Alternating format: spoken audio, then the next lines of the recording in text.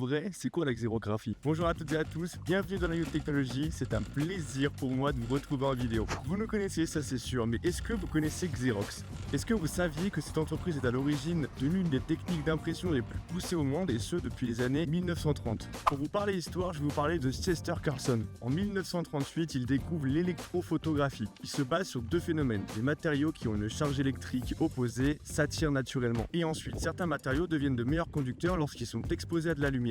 En 1947, Xerox, à l'époque Alloy Company, rachète le brevet pour pouvoir le commercialiser et l'améliorer. Bon, maintenant on sait d'où ça vient la xérographie, mais comment ça marche en vrai? Je vous rassure, je vais essayer quand même de faire le plus simple possible. La première étape, c'est la charge du photorécepteur. Il va y avoir un photorécepteur qui va se charger électriquement dans l'obscurité totale pour pouvoir se préparer à capturer une image. Ensuite, il y aura une source lumineuse comme un laser ou une DEL qui va projeter l'image souhaitée sur le photorécepteur. Ce dernier va se décharger complètement en électricité exactement à l'endroit où la lumière aura frappé. Et ce, pour qu'il ne reste plus que les zones encore sombres qui soient chargées.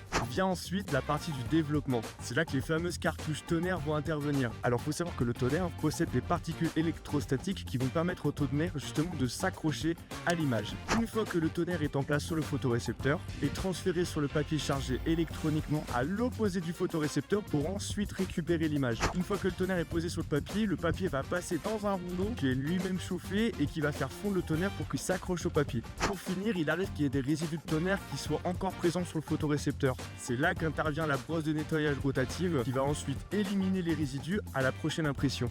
Ce qui est fou, c'est que toutes ces étapes se produisent en même pas quelques secondes dans votre imprimante. Mais c'est pas vraiment plus fou. Aujourd'hui, la xérographie, ça occupe une des places les plus importantes dans l'impression mondiale. C'est même pas seulement dans l'impression, mais c'est aussi dans le cinéma. En effet, il faut savoir que beaucoup de films ont été justement réalisés avec la xérographie. Les 12 travaux d'Astérix, Rox et Rookie, Les 101 Dalmatiens et encore plein d'autres films incroyables.